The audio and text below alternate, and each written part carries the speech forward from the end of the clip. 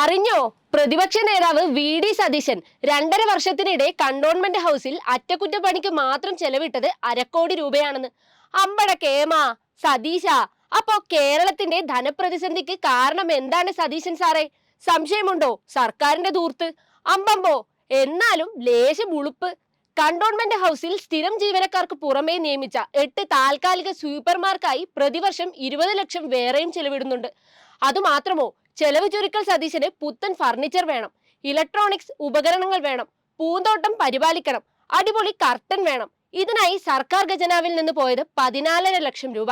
രമേശ് ചെന്നിത്തല പ്രതിപക്ഷ നേതാവായിരുന്നപ്പോൾ 9.48 ലക്ഷം ചെലവിട്ടതിന് പുറമെയാണിത്.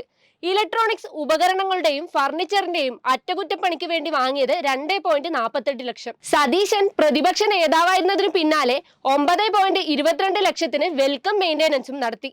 ശുചിമുറിയുടെ അറ്റകുറ്റപ്പണിക്കും PVC water tank സ്ഥാപിക്കാനും 6.42 ലക്ഷവും ചെലവഴിച്ചു. ചെന്നിത്തല നേതാവായിരിക്കെ 1.46 ലക്ഷം രൂപ ചെലവിൽ ടാങ്ക് സ്ഥാപിച്ചതാണ്. ശുചിമുറികളുടെ അറ്റകുറ്റപ്പണിക്കും കാർ ഷെഡ് നവീകരണത്തിനുമെല്ലാമായി 14.86 ലക്ഷത്തിന്റെ വേറെ കണക്കും നൽകിയിട്ടുണ്ട്. 2.5 വർഷത്തിനിടെ 2 തവണ ശുചിമുറികളുടെ നവീകരണവും അറ്റകുറ്റപ്പണിയും നടന്നതായാണ് രേഖ. ചെന്നിത്തലയുടെ കാലത്ത് 37,819 രൂപയായിരുന്നു ശുചിമുറി അറ്റകുറ്റപ്പണിയുടെ ചെലവ്.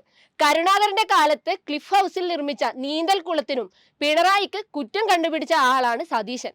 മുഖ്യമന്ത്രിയും മന്ത്രിമാരും പുതിയ കാർ വാങ്ങിയതിന് പഴി പറയുന്ന സതീശൻ പ്രതിപക്ഷ നേതാവായി ചുമതലയേറ്റപ്പോൾ അനുവദിച്ച കാർ പോരെന്ന് പറഞ്ഞു.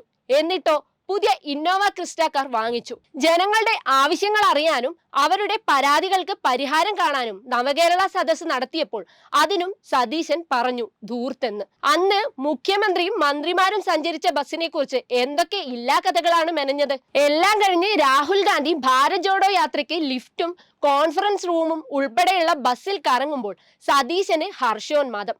എന്നാലും എന്റെ വെറും വാചകമടി സതീശ.